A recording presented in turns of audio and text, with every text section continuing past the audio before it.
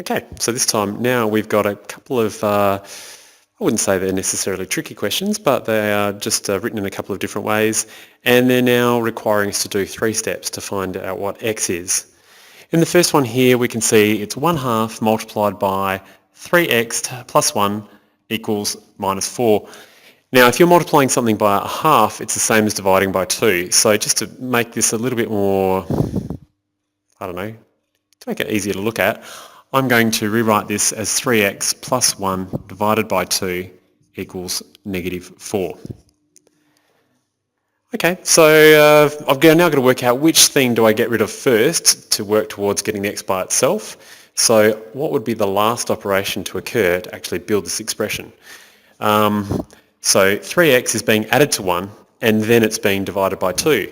So I've got to get rid of the 2. That's the first thing.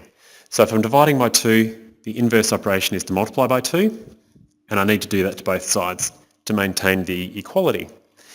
So if I do that, they get cancelled. I'm left with 3x plus 1 is being equal to -8.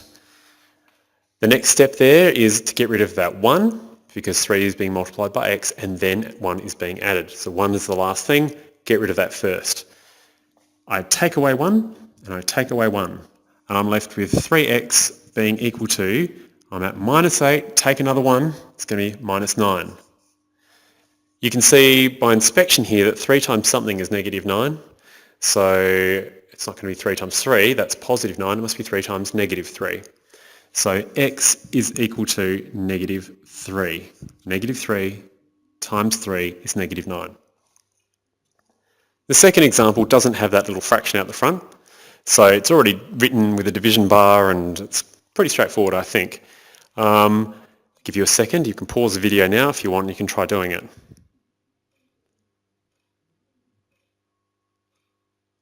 Okay, pause over. So let's have a look. If we want to get rid of that 5 there, we need to multiply both sides by 5, so let's do that. Times 5 times 5, and we've got then 1 take 2x is being equal to 15. Okay, so next thing to get rid of, this here, I'm just going to rearrange the left side a little bit because it can cause confusion for some people. I've got a -2x. One thing you really need to remember about algebra is that the sign in front of a term belongs to that term.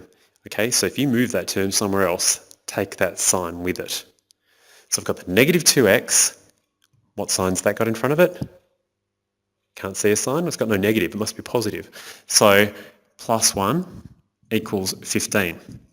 That is easier to manage because now I think it's clearer to see that you need to subtract 1 from each side to get rid of it. Okay? So take 1, take 1. So -2x, they cancel, is equal to 15 take 1, which is 14. Solving by inspection, I can see that -2 times something equals 14. So 2 and 7 go together to make 14, don't they? But if it was -2 times +7, that would make -14. It must be -7 because 2 negatives multiplied together will give me a positive answer. So x is equal to -7. And if you wanted to show more working there, just to show how you get that, let's go back to the stage where you've got -2x equals 14. To get rid of that -2 that's being multiplied by the x, I need to divide by -2. So if I do that, divide by -2, I have to do the same over here, divide by -2. They cancel, and I've got x is equal to -7. So, at that point, if you have a calculator and you're allowed to use it, you can, just to make sure you've got your negatives and positives right. I know it's tricky for some people, but by the time you get up through high school, if you're not getting that, it's something you've really got to work at because it comes back and back and back. And if you just don't get it and you really don't work on it and you still don't get it, you're going to find life tricky. Anyway, I hope that's been helpful.